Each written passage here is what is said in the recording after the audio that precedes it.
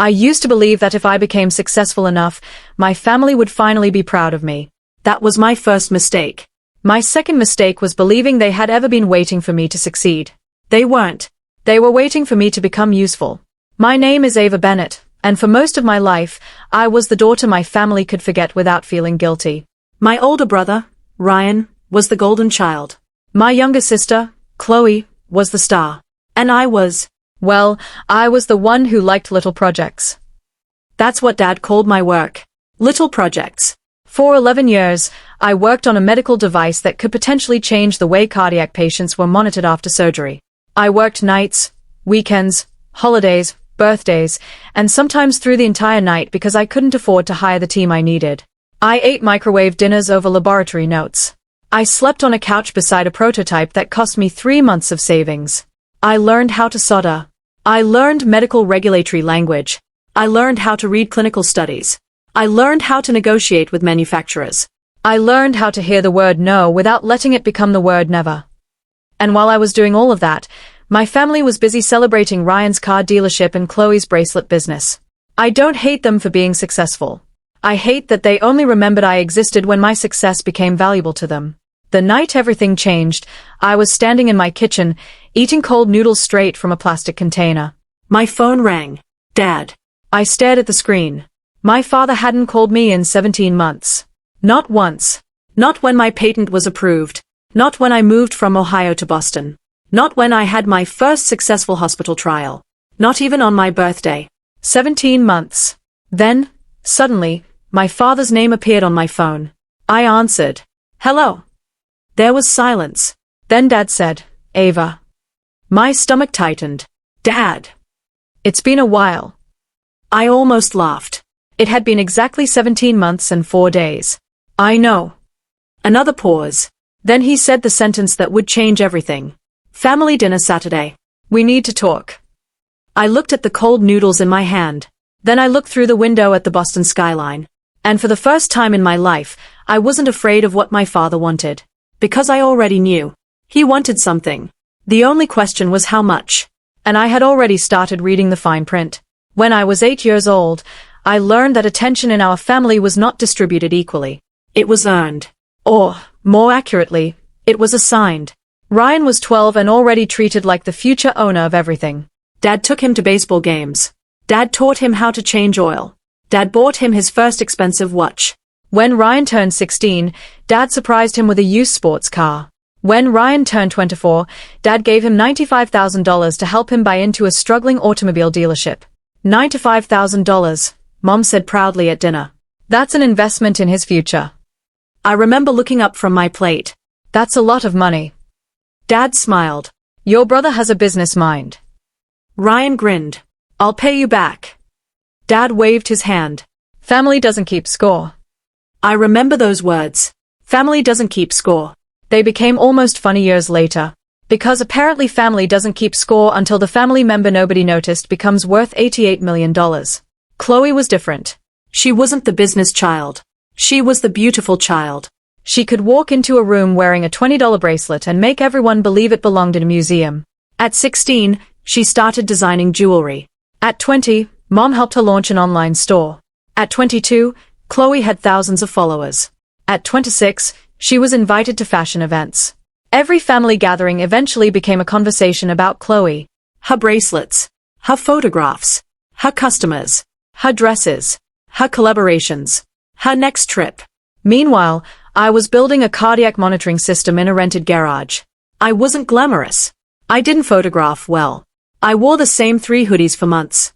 I had solder burns on my fingers. I forgot to get my hair cut. And when relatives asked what I did, Dad usually answered for me. Ava tinkers with medical gadgets. Tinkers. That word used to hurt. Eventually, it became fuel. The idea for my device came from something that happened when I was 23. My grandmother had heart surgery. She survived the operation. Everyone celebrated. We thought the danger was over. It wasn't. 3 days after she came home, she experienced a cardiac event while sleeping. She survived because my mother happened to check on her. But I never forgot the fear in my grandmother's eyes afterward. She looked at me and said, "The machine should have warned us." That sentence stayed with me. The machine should have warned us. At the time, I didn't know what I could do about it. I wasn't a doctor. I wasn't an engineer.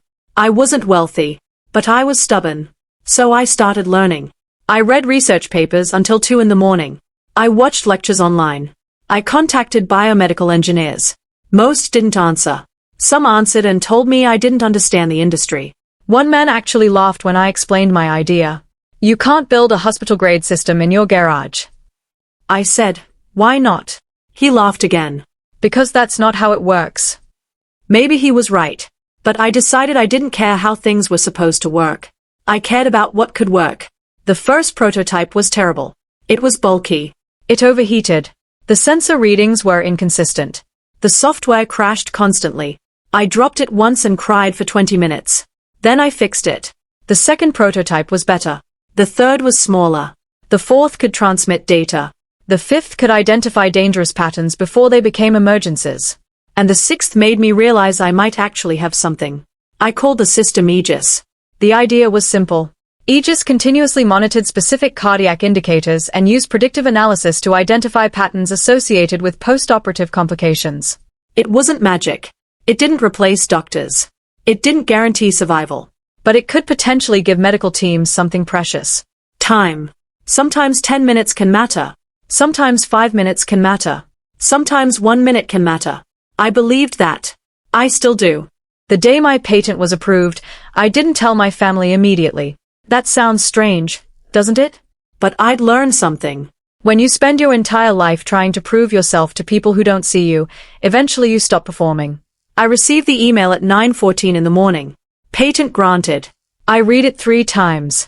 Then I sat down. I cried. Not because I had become rich. I hadn't. Not because I had become famous. I hadn't. I cried because 11 years of failure, rejection, debt, exhaustion, and doubt had finally become one official document. My invention existed. Legally. Officially. Permanently. I called Mom. No answer. I called Dad. No answer. I sent a message to the family group chat. My patent was officially granted today. Aegis is now patented. There was no response. 20 minutes. An hour. 3 hours. By evening, Chloe posted photographs from a jewelry showcase. A bracelet. A champagne glass. A designer dress. The caption said, "So grateful for everyone who believes in my dream." Mom commented, "Our girl. So proud." Dad added a heart. I stared at the screen. Then I put my phone face down. That was the day I finally understood. They weren't busy. They weren't distracted. They simply didn't care. 6 weeks later, I had my patent ceremony. I invited my family. I bought my own dress. I reserved 2 extra seats for Mom and Dad. I even bought a small bouquet for Mom. I don't know why. Hope is a strange disease. It survives evidence. I stood in the lobby before the ceremony, looking at the empty seats. 5 minutes. 10. 15. The ceremony began. They never came. I sat alone afterward with my patent certificate in a folder on my lap. A woman beside me asked, "Are your parents joining you for dinner?" I smiled. "No." "That's a shame." I looked down at the certificate. "No," I said quietly. "It's just the way things are." That night, I went home and ordered Chinese food. I ate alone. Then I placed the certificate in a drawer. I didn't call them again. 3 months later, I moved to Boston. No goodbye party. No family dinner. No tears at the airport. I loaded my possessions into a rented truck. 2 suitcases. 3 boxes of clothes. 4 boxes of technical equipment. 1 battered laptop. And the prototype of Aegis. That was everything I owned. I left behind the house where I had spent 28 years trying to earn a place at a table that was never really mine. Boston was terrifying. It was also freeing. I found investors. Not the kind who throw money around. The kind who ask hard questions. I met with doctors, hospital administrators, engineers, regulatory specialists, manufacturers. Every conversation taught me something. Every rejection made Aegis better. Then came the first clinical trial. That was when everything changed. Aegis identified a pattern in a patient that had previously gone unnoticed. The medical team intervened. The patient stabilized. I was sitting in the observation room when the doctor walked in. He looked at me, then at the screen, then back at me. "How did you build this?" I smiled. "Poorly at first." He laughed. Then he said something I will never forget. Don't stop. So I didn't. The company grew. Slowly. Then quickly. I hired engineers. Then researchers. Then regulatory experts. We secured partnerships. Hospitals began testing the system. The results were promising. Investors became interested. The company was valued higher with every milestone. But I still lived like the woman who had eaten microwave dinners in a garage. I drove an old car. I rented a modest apartment. I wore sneakers to meetings whenever possible. People sometimes assumed I was inexperienced. I let them. Underestimation is useful. Then one afternoon, my attorney called. Ava, are you sitting down? I laughed. I'm in my office. Sit. Saturday, he said. The acquisition offer came through. How much? Silence. 8.8. I frowned. 8.8. No. He paused. 88 million. I didn't speak. He continued. The buyer wants controlling rights and a long-term licensing agreement. I looked around my office. A whiteboard. 3 coffee cups. A pile of research papers. A small photograph of my grandmother. 88 million. Yes. I leaned back. My eyes filled with tears. Not because of the money. Because somewhere inside me was the 8-year-old girl who had watched her brother receive $95,000 while being told her own dreams were childish. I thought about my patent ceremony. The empty seats. The cold Chinese food. The 17 months of silence. And then I did something unexpected. I said, let's negotiate. The negotiations lasted 4 months. I didn't accept the first offer. Or the second. Or the third. My lawyers pushed. Their lawyers pushed back. Eventually, we reached an agreement. The deal was worth $88 million. The number hit the financial press on a Tuesday morning. By noon, my photograph was everywhere. Ava Bennett's cardiac technology acquired an $88 million deal. By 3 o'clock, I had 6,000 emails. By 5, television producers were calling. By 7, I had missed calls from people I hadn't spoken to in years. And at 8:13 p.m., my phone rang. Dad. I stared at it. 17 months. No calls. No congratulations. No birthday message. No how are you? But the moment my name appeared beside $88 million, suddenly I was his daughter. I answered. Hello. Dad's voice was unusually warm. Ava. Hi. I saw the news. I figured. This is incredible. Thank you. I'm so proud of you. I closed my eyes. There it was. The sentence I'd wanted my entire childhood. I'm proud of you. And it meant absolutely nothing. Dad continued. Family dinner Saturday. We need to talk. I smiled. About what? Family things. What family things? Let's not do this over the phone. I looked at the clock. Sure. Saturday. 7. Okay. He hung up. I sat there for a while. Then I called my attorney. He answered on the second ring. Everything okay? I said, my father called. He paused. That's not good. I laughed. No. It's not. I didn't spend the next 3 days preparing emotionally. I prepared financially. That may sound cold. It wasn't. It was survival. I'd spent years studying my family from a distance. I knew about Ryan's dealership. I knew Chloe's company had been struggling. I knew Dad had refinanced the family property. What they didn't know was that I knew more than they thought. You see, when you're ignored, you become very good at observing. And I'd learned how to read financial statements. I knew Ryan's dealership wasn't doing well. I knew his $95,000 family investment had become something closer to a rescue fund. I knew the dealership had outstanding loans. I knew Chloe's jewelry company had substantial credit card debt. I knew Dad had personally guaranteed several obligations. And I knew something else. The family property was heavily leveraged. So I asked my attorney a question.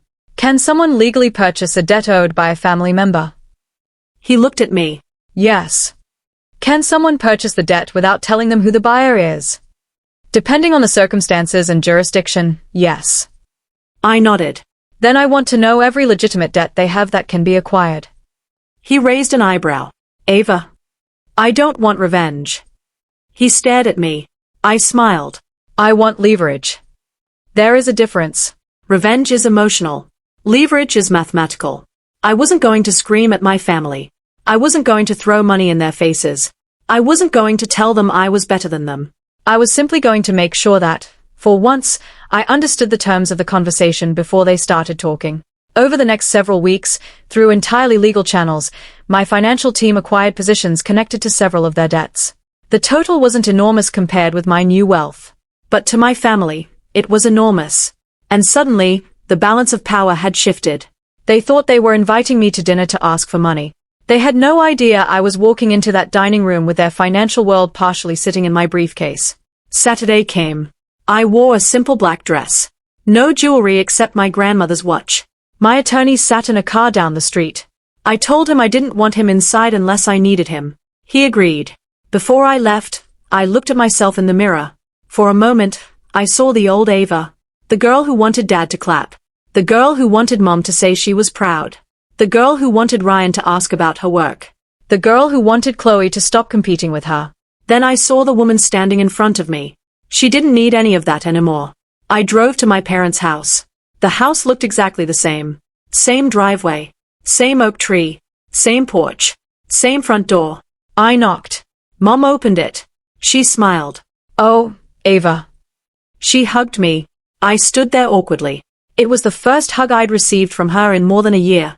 "You look wonderful," she said. "Thank you." "You've lost weight." "Maybe." "Come in." The house smelled like roast chicken. I walked into the dining room. Dad was there. Ryan was there. Chloe was there. And suddenly I understood. This wasn't a family dinner. It was a negotiation. Dad stood. "Ava." "Dad." He hugged me. I let him. Ryan smiled. "Look at you."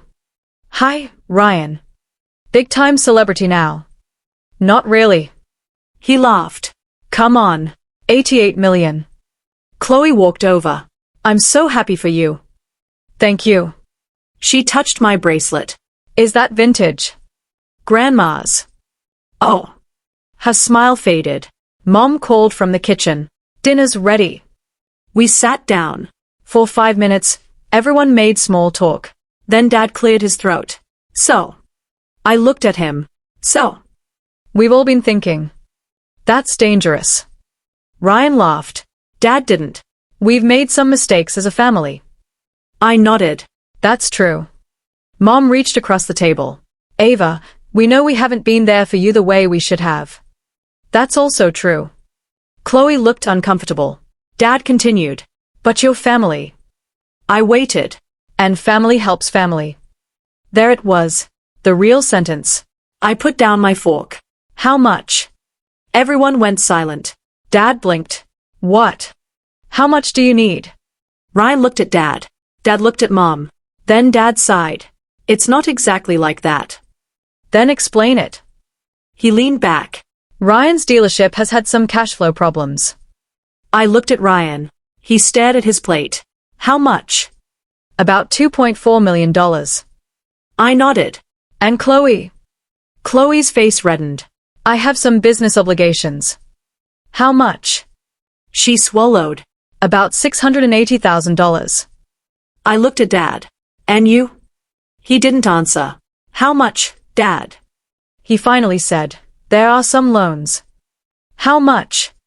$3.7 million. I leaned back. The room became very quiet. Nearly $7 million. I almost laughed. Not because it was funny. Because I suddenly remembered something. When I was 22, I asked Dad for $12,000 to attend an engineering program. He said it would be irresponsible. $12,000. That was too much.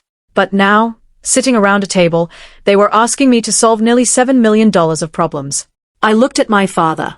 "Why me?" He looked confused. "Because you're our daughter." I smiled. "No." He frowned. "Because I'm rich." Nobody spoke. That was the moment the dinner changed. Dad tried to recover. "That's not fair. Neither was the way you treated me." "Ava, we love you." "Did you?" Mom looked hurt. "Of course." "Then where were you?" Silence.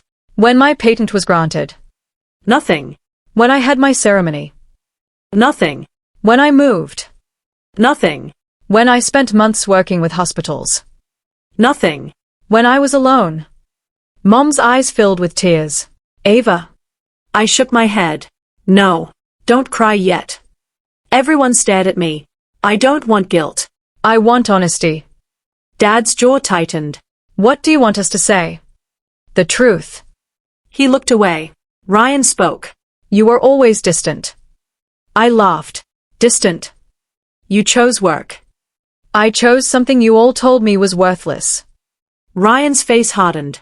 Nobody said worthless. Dad interrupted. I called it tinkering. I looked directly at him. Yes. He sighed. I didn't understand what you were doing. That's okay. He looked surprised. What?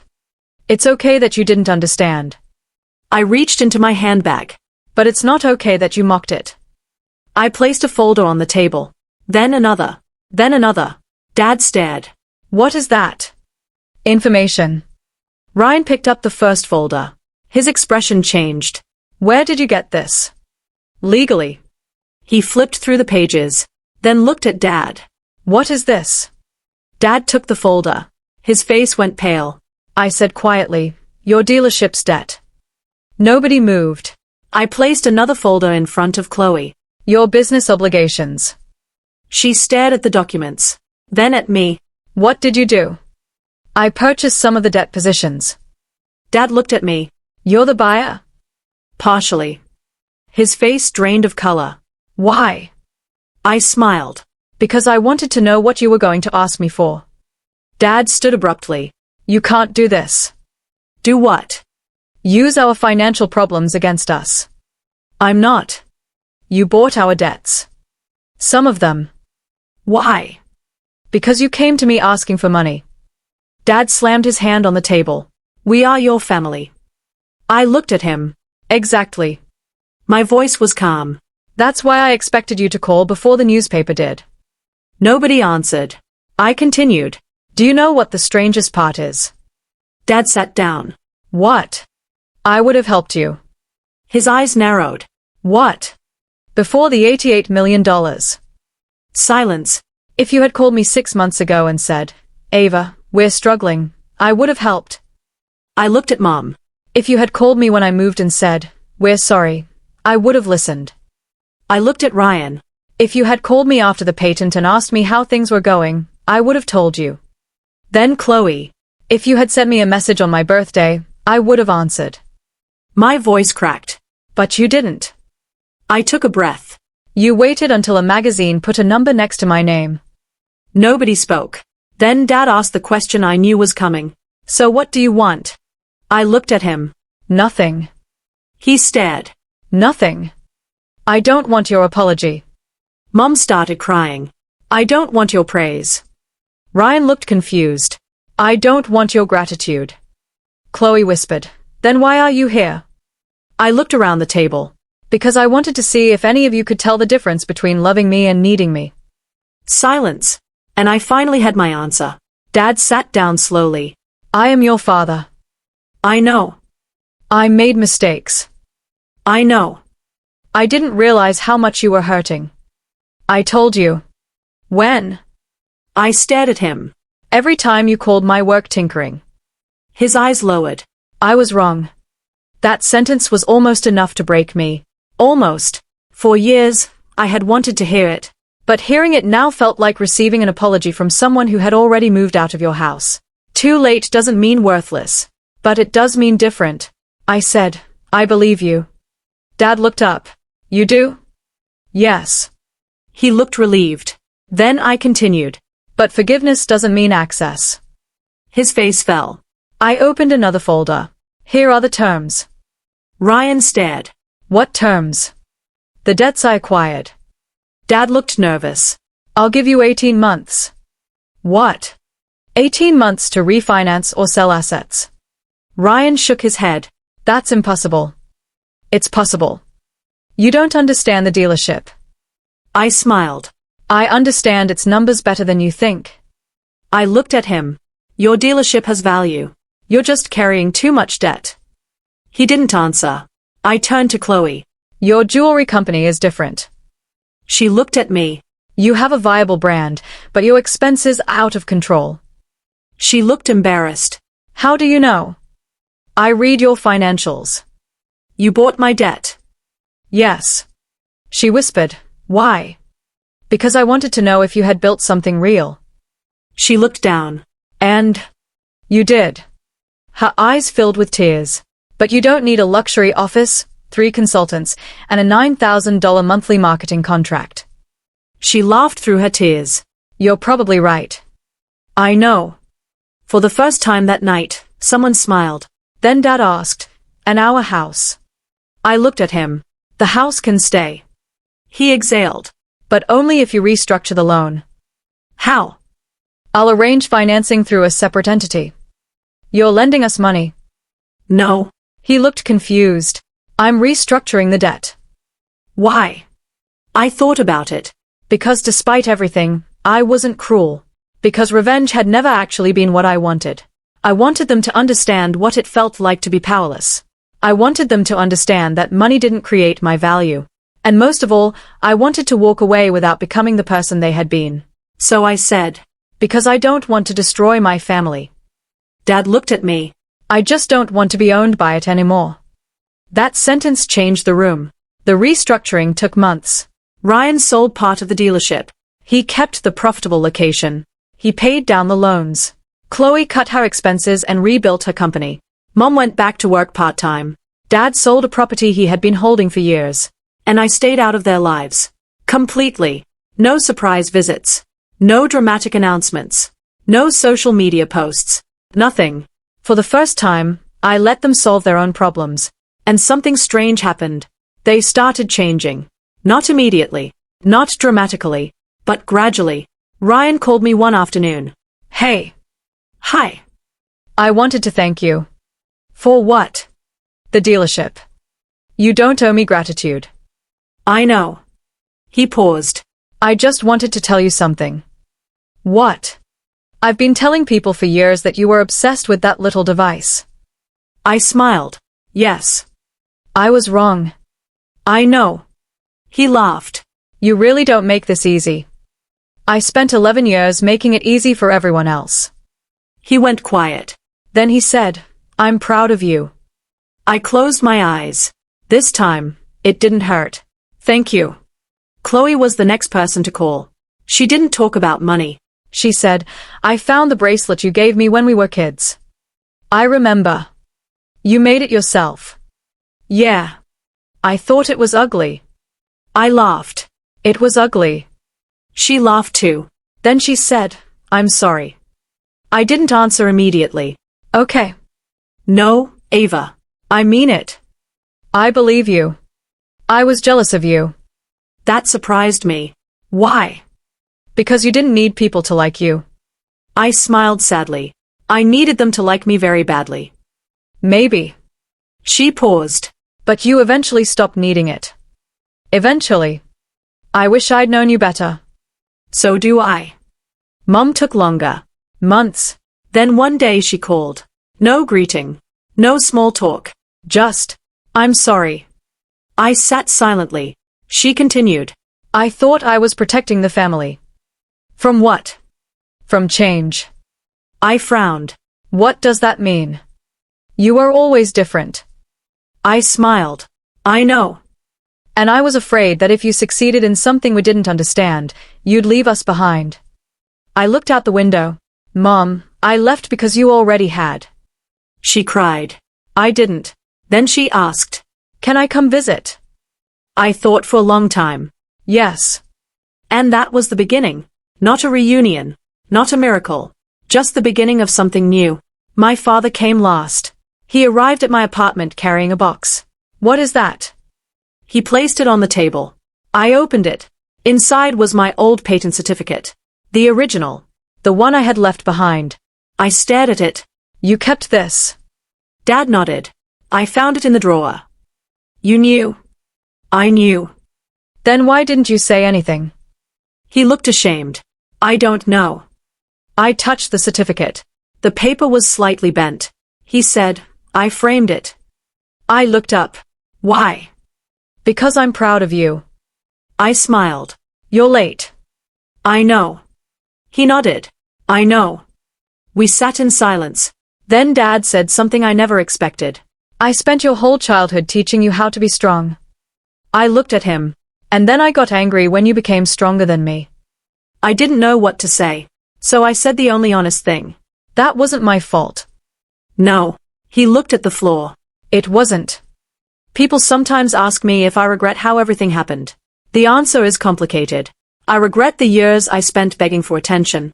I regret every time I believed being successful would make someone love me. I regret thinking my worth depended on whether my father approved of my work.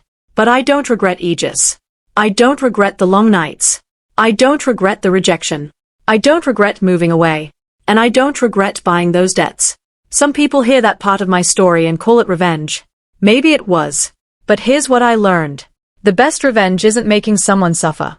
It's becoming someone who no longer needs them to validate your life. My family thought they had a daughter who was invisible. Then they saw a headline. They saw $88 million. They saw my photograph. They saw interviews.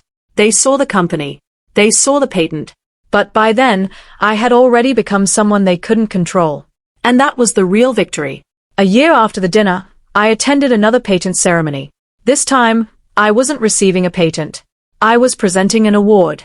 A young engineer had developed an inexpensive monitoring system for rural hospitals.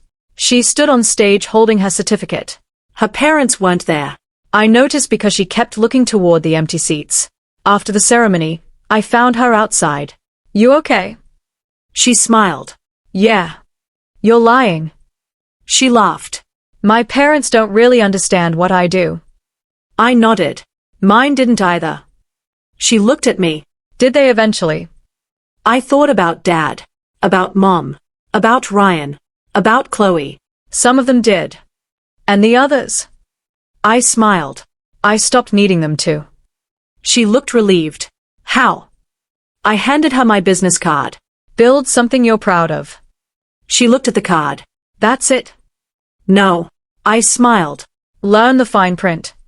She laughed. What's that supposed to mean? Never sign anything you don't understand. Then I walked away. Because that was the lesson my family had taught me without meaning to. Money can buy attention. Success can buy respect. Power can buy silence. But none of those things can buy love. And if someone only remembers your name after they see your net worth, they didn't miss you. They missed what you could do for them. 2 years after the $88 million deal, I returned to my hometown. Not for my family. For the hospital where my grandmother had received her surgery. I was there to announce a new Aegis initiative. We were donating monitoring systems to smaller hospitals that couldn't afford them. After the press conference, I walked through the cardiac ward. I saw nurses using the technology. I saw the screens. I saw patients. And for a moment, I remembered the girl I used to be, 8 years old, sitting beside her grandmother, listening to her say, "The machine should have warned us." I whispered, "It does now." Then I heard someone behind me. "Excuse me." I turned. My father. He smiled. "Can I walk with you?" I looked at him, then nodded. We walked together, not as a powerful father and successful daughter, not as a debtor and creditor, not as a family negotiating money, just two people walking through a hospital. After a while, Dad said, "Your grandmother would have been proud." I stopped. For years, I had imagined hearing those words. I looked at him. "She is." He smiled. Then we kept walking. That evening, my family had dinner again. Same table. Different people. Dad didn't ask for money. Ryan didn't mention the dealership. Chloe didn't talk about sales. Mom didn't ask about my investments. For the first time in my life, nobody needed anything from me. We ate. We laughed. We argued about dessert. Dad complained that the restaurant was overpriced. Mom told him he was impossible. Ryan told a terrible joke. Chloe threw a napkin at him. And I sat there watching them. I realized something. I had spent years imagining revenge as a dramatic moment. A room full of people watching me succeed. A headline. A fortune. A father begging. But the real revenge was quieter. It was sitting at that table without wondering whether I belonged. I belonged because I chose to be there. Not because they allowed me. Not because I had earned it. Not because I was worth $88 million. Because I had finally learned that belonging is not something someone else gives you. It's something you decide. Later that night, Dad walked me to my car. He stood there with his hands in his pockets. Ava? Yeah. I know this doesn't fix everything. It doesn't. I know I can't give you those years back. You can't. He nodded. Is there anything I can do? I looked at him. Yes. What? Don't ever make another child in this family feel invisible. His eyes filled with tears. I won't. I hugged him. Not because everything was forgiven. Not because the past disappeared. But because I finally understood that forgiveness wasn't a gift I gave him. It was a door I opened for myself. I got into my car. Before closing the door, I looked at him. Dad. Yeah. Next time you call. He smiled. What? Call because you miss me. He nodded. I will. I closed the door. And for the first time, I believed him. People love the number. 88 million. It's easy to understand. It's a number that fits in a headline. A number that makes people stop scrolling. A number that makes strangers suddenly interested in your life. But $88 million wasn't the most valuable thing I gained. The most valuable thing I gained was the ability to hear my father's voice without wondering what he wanted. The ability to look at my mother without asking whether she was proud. The ability to talk to my brother without comparing our lives. The ability to hug my sister without wondering whether she was competing with me. The ability to wake up every morning and know that my life belonged to me. That is wealth. Real wealth. Not the money. Not the patent. Not the company. Not the magazine cover. Freedom. That's what I bought. And I didn't buy it with $88 million. I bought it with 11 years of work. 17 months of silence. 1 empty row of seats. And the courage to stop begging people to love me. Sometimes I still think about that first patent ceremony. I remember walking into the room, seeing those empty seats, holding that certificate, feeling like nobody cared. Back then, I thought the empty chairs were proof that I wasn't important. Now I understand. They weren't empty because I wasn't important. They were empty because the people sitting there didn't know how to recognize my value. And that wasn't my problem to solve. So if you're listening to my story and you're sitting at your own empty table, if your family doesn't understand you, if people laugh at your dream, if someone calls your passion tinkering, please listen to me. Don't spend your life trying to make people clap. Build anyway. Learn anyway. Fail anyway. Start again anyway. And when success finally comes, don't waste it trying to punish the people who doubted you. Use it to become free. Because one day, they may see your name in a headline. They may see your face on television. They may hear a number so large it makes them remember your phone number. They may suddenly say, "Family dinner Saturday." When that day comes, remember this. You don't owe them your success. You don't owe them your money. You don't owe them access to your life. And you definitely don't owe anyone a seat at your table just because they share your last name. You decide who sits there. I learned that the hard way. But I learned it. And if I could go back and talk to the girl sitting alone after her patent ceremony, I wouldn't tell her that someday she'd become rich. I wouldn't tell her that a magazine would print $88 million next to her name. I wouldn't tell her that her father would eventually call. I'd simply sit beside her. I'd take her hand. And I'd say, "Keep going, Ava. One day, you won't need them to see you. Because you'll finally see yourself." And that was the day my life truly began.